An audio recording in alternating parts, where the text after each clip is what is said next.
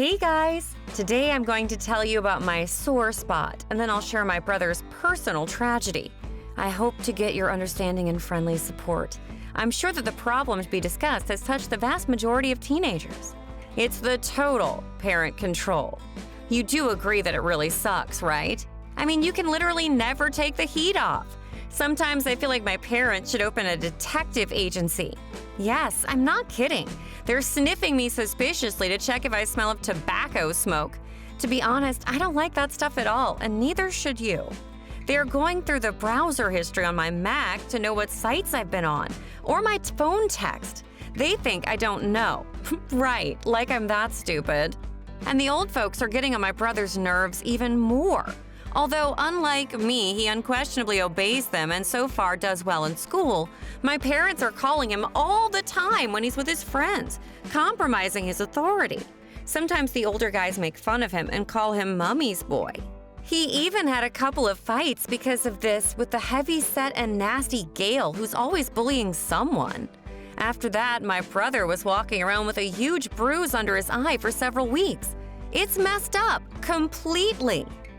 Our dad behaves within the acceptable limits, but Mom is on fire. It seems to me like she's hiding something, and she's actually working part-time as a super spy somewhere.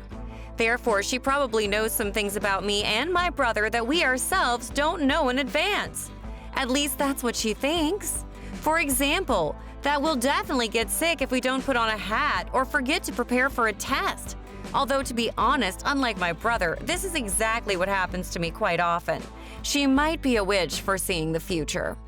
Our ex-friend Casey used to say that Mom intentionally uses the technique of this neuro-linguistic programming. Well, the NLP. She's programming my brain. Casey knows about this stuff. When we were friends, Casey said that the old folks should be woke. I memorized this trendy word then. They should have also respected personal boundaries. Yes, exactly! I'm a free person and have the right to choose whether I should drink this slimy, but according to my mom, very good for me pumpkin juice in the morning or not. When I firmly decided that I wanted a Snickers, a giant burger, and 5 scoops of chocolate ice cream, and that's it. Mom will never understand. I'm not a baby anymore. I don't require her wiping my nose and putting scarves on me and asking if I've eaten or not 500 times a day. Mom also used to make me wear those ugly green jeans with a stupid turtle in the pocket. I get shivers just thinking about it.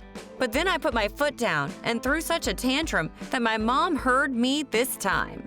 Oh, thanks for letting me get it out my system. And now on to the most important and tragic episode which destroyed my brother's personal life last year. It involved our mom and Casey. We've known Casey since childhood. She lives on the next street, and our moms know each other. And my brother was sitting at the same desk with her for several years before this sad story. Casey would let him copy her English homework, and in return, he would let her ride his mini Segway, which he would never give to anyone else. He's not mean or greedy, but he was just saving up for 6 months to get it. It wasn't for the cocky and chubby Gail to crush it with his huge body. Once at the beginning of the school year, my brother saw Casey, and he was just speechless. Over the summer, she got taller and slimmer, and she looked like Zendaya. And Zendaya is his crush. Then he realized that he couldn't miss this chance and needs to act immediately, because such a girl is unlikely to not have a boyfriend for a long time. My brother came up with what we then thought was a brilliant plan. Invite Casey to our place, and when they will be left alone, he'll confess his feelings for her. He even rehearsed the speech text in front of the mirror. My bro was going to tell her that she was the most beautiful, kind, and tender girl on earth, that her hands were the most graceful, her hair as thick and beautiful as the moon in the sky, and her legs were the slimmest of all the legs he'd ever seen. And finally, the X day had come. Mom opened the door when Casey came and greeted the guests with a smile. "Casey, dear, we're glad to see you. Our son even cleaned up his room. It's so unlike him. Come visit us more often." "Hi, Casey," welcomely said Dad. "Our son has been very diligently preparing to meet you. He put on a clean shirt, but most importantly, he washed his face and combed his hair for the first time in a week." He added ironically, "Even I couldn't help but laugh."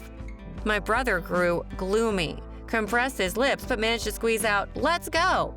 He took Casey to his room, And after calming down a bit, he sat his dear guest down in a chair and stood in front of her, ready to say the prepared speech, and the door to the room opened slightly, and Casey and him heard out Mom's quickly chattering voice.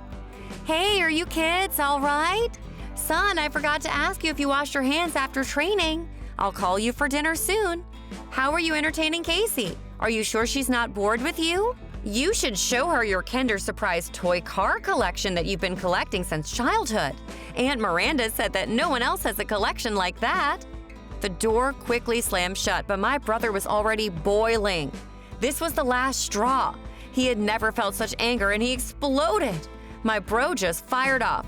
"Casey, I wanted to tell you that you're a daft cow. Never in my life have I met a more dreadful, ugly, and dumb girl. You have ham hands, and your hair looks like it's been coughed up by a cat. And such crooked legs I see for the first time in my life." It was a complete disaster. Casey silently ran out of the room and hasn't spoken to me or my brother ever since. And a day later, Gail caught my brother around the corner of the school and kicked his butt for that incident with Casey. And we soon realized why.